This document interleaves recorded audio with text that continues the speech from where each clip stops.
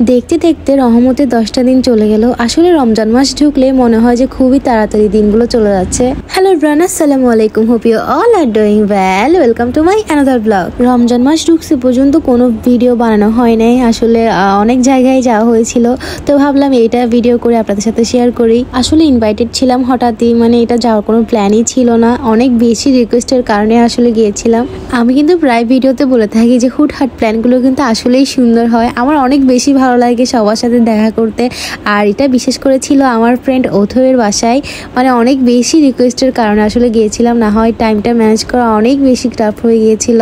ও এত কষ্ট করে কত রকমের নাস্তা বানিয়েছে, মাশাল্লাহ মাশাল্লাহ। ওর নাকি অনেক বেশি ভালো লাগে আমাদেরকে করে খাওয়াতে। ও অনেকদিন ধরে বলছিল, তো ভাবলাম যাই, এত যখন রিকোয়েস্ট করছে আমি আর রাখি মিলে গিয়েছিলাম, মানে আমরা গিয়েছিলাম হাজবেন্ড নিয়ে। এখানে আসলে কোনটা করেনি সেটাই, মানে আমি বলছিলাম যে তুই কোনটা বাদ দিয়েছিস, যে সবকিছুই তো করছিস ভাই। আর এতগুলো নাস্তা রেডি করা কিন্তু মানে এক মুখের কথাই না, অনেক বেশি কষ্ট হয়ে যায় এগুলো রেডি করতে। আর প্রত্যেকটা খাবার মাশাল্লাহ অনেক বেশি টেস্টি ছিল। আর আমি না ওকে যাওয়ার আগে বলে দিয়েছিলাম যে আমার জন্য কোনো অয়েলি, কোনো ভাজা পড়া কোনো কিছুই রাখবি না, কারণ আমি খেতে পারবো না। বাট চোখের সামনে দেখলে কি আর মন মানে, এত কিছু শোকে মানে সবকিছু একসাথে দেখছিলাম না, অনেক বেশি লোভনীয় লাগছিল। আমার ভিডিওটা না অনেকে সকালেও দেখতে পারে, আবার অনেকে দুপুরেও দেখতে পারে। আসলে ভিডিও দেখলে কিন্তু অনেক সময় ক্রেভিংস হয়, তাই না? রোজা রমজান মাসে অনেকে বলবে যে এই টাইমে পাইছো ভিডিওটা দেওয়ার জন্য। হযরত ফাতেমা রাদিয়াল্লাহু তাআলা কোরআন তেলাওয়াত করার সময় 4টি বিয়ে করার সুন্নত এই আয়াতটি আসে। তখন ফাতেমা রাদিয়াল্লাহু তাআলা আস্তে আস্তে আয়াতটি পড়া শুরু করলেন, যাতে আলী রাদিয়াল্লাহু তাআলা শুনতে না পান। তখন আলী রাদিয়াল্লাহু তাআলা হালকা মুচকি হেসে বলেন, তুমি একাই 4 জনের সমান। মাশাআল্লাহ মাশাআল্লাহ। একটি সুন্দর মুনাজাত। হে আল্লাহ, আমি জানি না কিভাবে ডাকলে আপনি আমার ডাকে সাড়া দিবেন। আমি জানি না কিভাবে চাইলে আপনি আমার চাওয়া পূরণ করবেন। আমি জানি না কিভাবে হাত তুললে আপনি হাত ভরে দিবেন।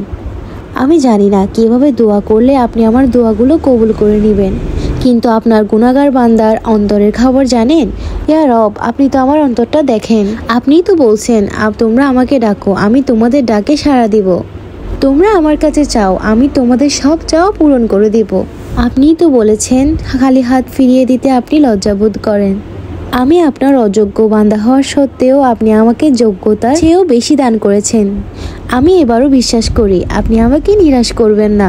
আমি জানি আমি ছাড়াও আপনার অনেক উত্তম বান্দা আছেন, কিন্তু আপনি ছাড়া আর কেউ নেই আমার আবদার করার মতো, ডাকার মতো, চাওয়ার মতো। ইয়া রব, আমি দুর্বল, আমার ধৈর্য পরীক্ষা নিবেন না, আমি তার উপযুক্ত নেই।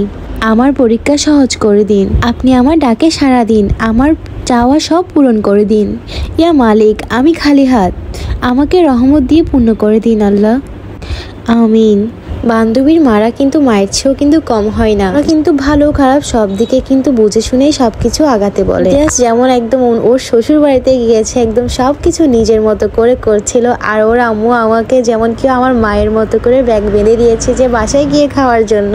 আসলে বান্ধবীদের বাসায় গেলে না কখনো মনে হয় না যেটা ওদেরই বাসা, মনে হয় নিজেরই বাসা। That's it for today. See you the next video. Don't forget to like, comment, share. By.